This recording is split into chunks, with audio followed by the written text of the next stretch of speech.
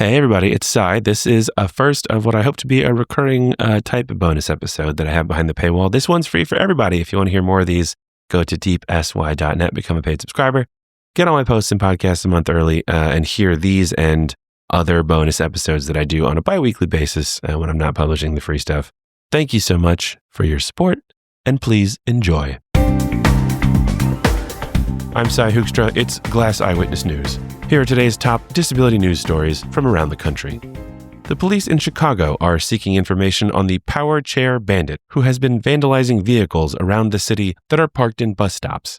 On her popular Instagram account, the anonymous bandit posted a manifesto explaining her actions. She says anyone parked in a bus stop is making it impossible for people using wheelchairs to get onto the bus. And since there's no way to hold them accountable, she is engaged in what she is calling vigilante justice and what the police are calling a property crime spree. Her Instagram features pictures of her exploits, slashed tires, smashed windows, spray paintings of butts, and more. One witness described seeing the bandit in action. Oh yeah, so this food delivery truck just pulled up outside of this grocery store, like right here in front of the bus stop. And then it just happened so fast. Huge van screeches to a halt, the door flies open, a ramp comes down, and this woman wearing a ski mask comes zooming out on a power wheelchair with a baseball bat, wails on the windows, zips back into the van, and they're gone.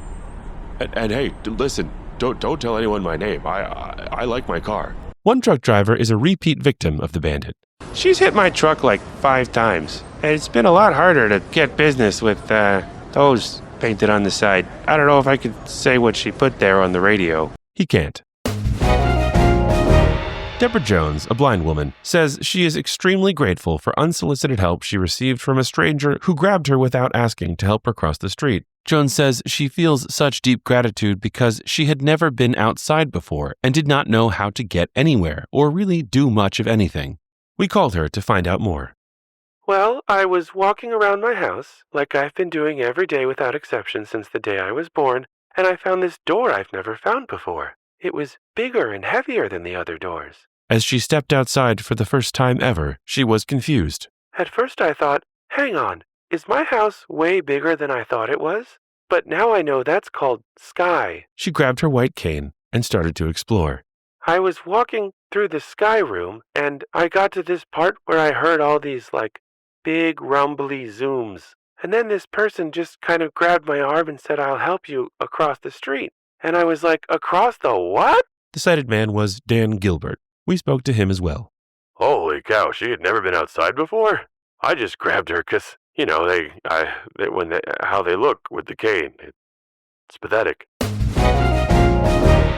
Walmart is seeking to make the Black Friday rush easier on their disabled customers. To even the playing field when the doors open and customers flood inside, shoppers with mobility impairments or who otherwise have trouble navigating crowds will be allowed to carry small, non-lethal weapons.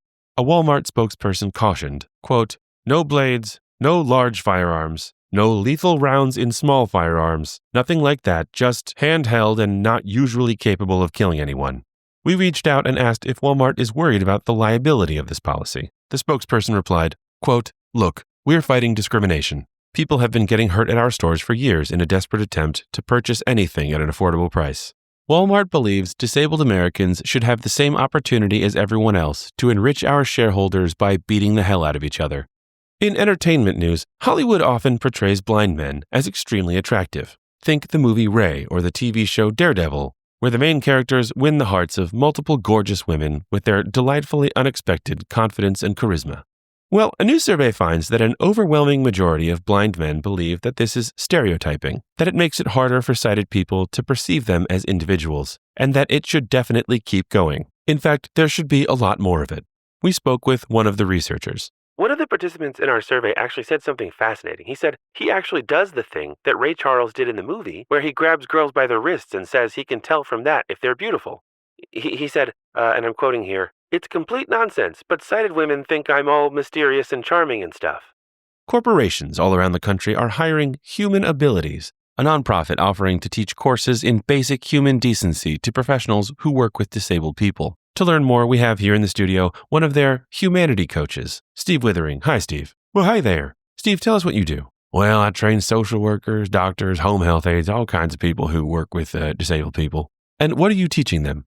We start with basic interactions with disabled people, using please and thank you, talking in your indoor voice, don't hit people, that kind of thing. And how receptive are the people you're speaking with? Some of them get it, some of them don't. Sometimes we have to go a little bit further back. So I tell, for instance, doctors, if you hear a disabled person say, "You're hurting me," or "ouchie," or "I have a boo-boo," you should stop whatever you're doing and say you're sorry and then do something else. And sometimes I tell the doctors if things are too hard, they should go and get an adult. But, and I remember kindergarten teacher is just my day job, and this isn't that, even though it feels the same sometimes. And what do you do in the most difficult cases? I'll show them a picture of someone in a wheelchair and then a dog and say, which is the human? Most of them get that one right, so then we can move forward from there. Well, thanks for coming in. Thanks for having me. Finally, we take you to this year's International Assistive Technology Conference in New York. People from around the world are gathered to learn and test the latest and greatest in technology designed to help disabled people.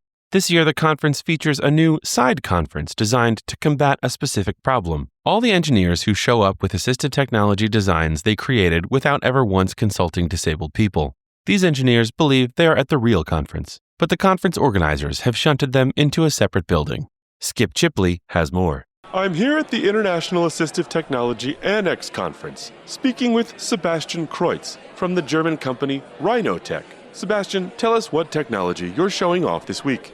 Okay, well, I was walking down the street one day in Germany and I saw a blind man with his white cane and I thought to myself, oh no, his white cane, it only protects the bottom half of his body. The top half is completely unprotected. So I went straight to the laboratory without speaking to that man or any other blind person and I invented this. Whoa, oh, wow. Yeah, it is the rhino cane. Is that a helmet?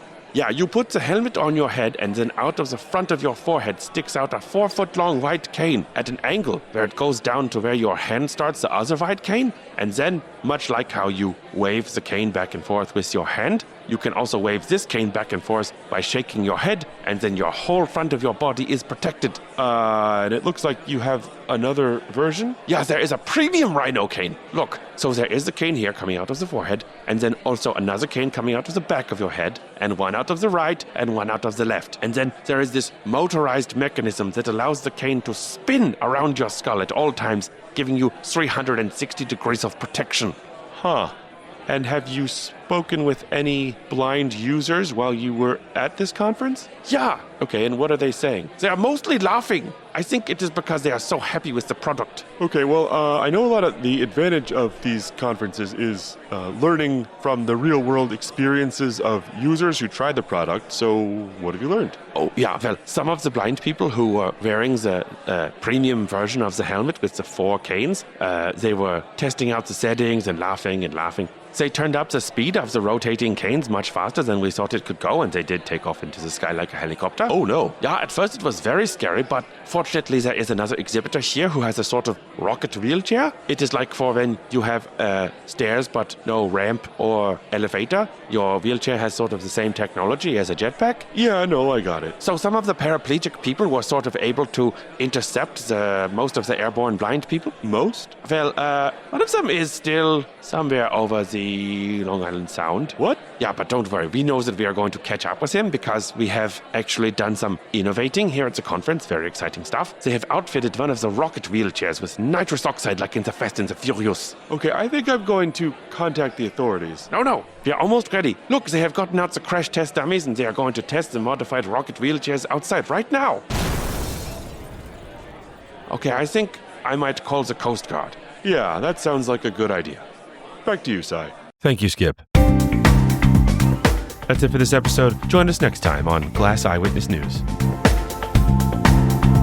Graphics for the show are by Will Chung. The music is Please Not an Infomercial by Andre Lewis. And I do everything else. See you next week.